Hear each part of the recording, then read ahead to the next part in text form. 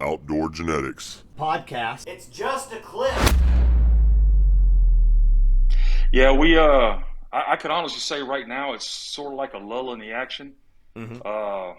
But, it is as far as putting hunts together and things like that. But the behind the scenes work, we just finished a big event at the beginning of May, and we're already starting to work on getting sponsors and donations and everything for the events we have coming up in December and January and again in next May. So it's a never ending cycle. And that's just with one of the groups. I work with several nonprofits, and I try to affect as many vets as I can. And it's a never-ending cycle. Sure. So and there's so many more aspects to what we're trying to do, as you can imagine, and none of this is possible anyway without great Americans that donate and become sponsors and help out. And there's just so many of them. I couldn't even list them all if I had to, and I had the time right now. Right. Well, let me ask you this. For people wanting to get involved with you, talking about donating and becoming a sponsor, who would they need to reach out to, and what courses of action would they need to take? Well, to be honest with you, we put a lot of events on. The easiest way to become a sponsor or to donate, you can follow me on Facebook. It's Festus Pote, and it's the Hunter's Review. I usually have a picture of my grandbaby up for my profile pic, so it's easy to find me. And then you can just contact me. I work as a veteran coordinator for the Ironman Outdoor Ministries, the Gulf Coast chapter. And we put on children's events, veterans events, and then we just had the big fishing trip that we put on down in Orange Beach, Alabama, and we took over 100 vets offshore fishing. We had 3 90-foot charter boats. We had about 7 or 8 smaller boats that carried anywhere from 4 to 5 or 6 people out.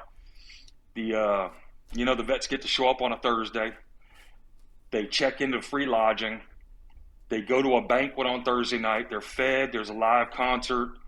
There's silent auctions. There's giveaways. We gave away a 5.56 lead slinger. Yeah. And it was donated by a great American, Russ Jackson, up in Pennsylvania. He runs Marksman's for Vets, and he brought that down, and all the vets showed up down at the harbor. Can you hear me? Yeah, I got you. Sorry, we had lost you there for a second. Yeah, so where do you think you lost me at? You had just said he was given to y'all by another great American.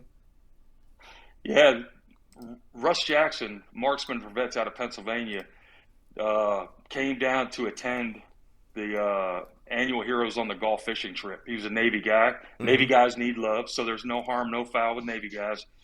But he brought a 5.56 lead slinger that he built, and he donated it to the Ironman Outdoor Ministry, the Gulf Coast chapter.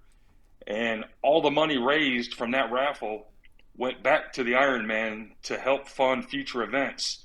And I will tell you, everybody was speculating what we would get. And I initially we raised about $4,700, but that was only in cash donations. We didn't count credit card receipts. So we probably raised close to $7,000 on that lead slinger. Wow. And it's amazing. And we probably took in, I don't know, maybe $30,000 to $35,000 after we cleared all our bills and expenses to be able to fund future events. So it was a great big success. And like I said, we got 100 vets out on an offshore fishing trip all day, and they caught over 500 fish. So everybody got to take fish home. Man. And then when they showed back up at the docks, man, they got to eat. There was food there and everything, and everybody got to spend the night or go on their way. It was up to them. Man, I'm telling you, I'm sure there's a feeling of, man, just I guess a humbling feeling on getting to do something that great. I will tell you, it is very humbling. And let me give you a little background. Everybody always sees me in a mask and like, why is this guy wearing a mask? Well, look, I did serve my country for a long time. I'm not afraid of who I am, but the bottom line is I'm doing this because I don't need any recognition. Sure. All glory goes to God. And Nobody really knows my real name. There's a handful of people that do, and nobody really knows what I look like.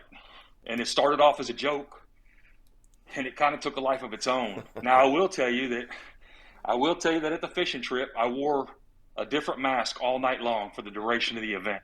Uh-huh.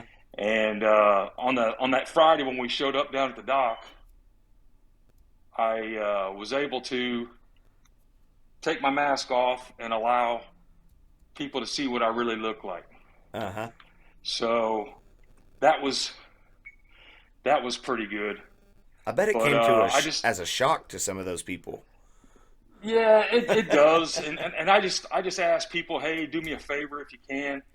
You know, if you take any pictures of me without a mask on, just don't share it with anybody because everybody always tells me they want to keep the suspense going. So, Yeah. you know, it's just become a way of life with me and doing this stuff. But going back to your main point about being humbling, I will tell you, you know, we have vets coming out there with serious PTSD issues. Mm-hmm. We have amputees coming out there. I mean, we have vets from all walks of life and all branches of service. And we had vets coming from all over the United States. It wasn't just local to Florida or Alabama. We had vets from PA. We had vets from South Carolina, North Carolina, Georgia, Tennessee, Mississippi, Louisiana, Texas, Arizona, Oregon, Las Vegas, Nevada. So we had vets coming from everywhere to attend this. And it's really great. And to see them smile and enjoy themselves and hang out with fellow veterans and share their experiences is just an amazing and refreshing feeling. But the real reward for me is not just with the vets, it's with the disabled children. Right. You know, I got a little buddy that I always talk to. His name is Colton. And little Colton, he has been dealing with spinal bifida for a while. Mm. And this little kid is larger than life. He's in a wheelchair, but he is a wild man. He just goes nonstop. He's always got a smile on his face. He's had like 42 surgeries and he's due for another one, but he always smiles. Man. And he doesn't let life drag him down. So when you as a vet show up and you know you're dealing with whatever you're dealing with, and then you see this young man going through what he's gone through and he still has a smile on his face and he's larger than life, your problems seem very small. And to see a smile on these kids' faces, I'm telling you, it is just it's an amazing feeling. You know that, you and I had talked a little bit earlier before the show, and it was giving me goosebumps to hear you talk about it. And even now, like I'm getting goosebumps because that is such. I mean, in a world packed full of drama and negativity, to hear something so positive it's almost a rarity nowadays.